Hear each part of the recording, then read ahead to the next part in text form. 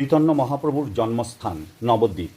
চৈতন্য চরিতামৃত বই থেকে চৈতন্য মহাপ্রভুর জন্মবৃত্তান্ত জানা যায়। 1486 সালে ফাল্গুনী পূর্ণিমার সন্ধ্যায় চন্দ্রগ্রহণের সময় সিংহ লগ্নে তিনি জন্মগ্রহণ করেন। সেন বংশের রাজত্বকালে এই নবদ্বীপ ছিল বাংলার অন্যতম রাজধানী। চৈতন্য মহাপ্রভুর বাবার নাম জগন্নাথ মিশ্র, মায়ের নাম শচী দেবী।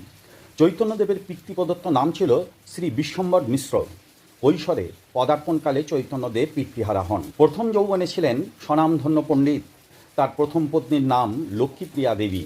লক্ষ্মীপ্রিয়া দেবী সর্পদংশনে মারা গেলে তার মায়ের অনুরোধে বিষ্ণুপ্রিয়াকে বিয়ে করেন। গয়ায় বাবার পিণ্ডদান করতে গিয়ে মন্ত্রদাতা গুরু স্বামী ঈশ্বরপুরীর সাক্ষাৎ পান। 24 বছর বয়সে কেশব ভারতীর কাছে সন্ন্যাশ্রমে দীক্ষিত হন। হরের নাম হরের নাম হরের নামৈব কেবলম কলৌ নাস্তেব নাস্তেব নাস্তেব গতির নাথা। প্রসিদ্ধ শ্লোকটি তারই রচনা।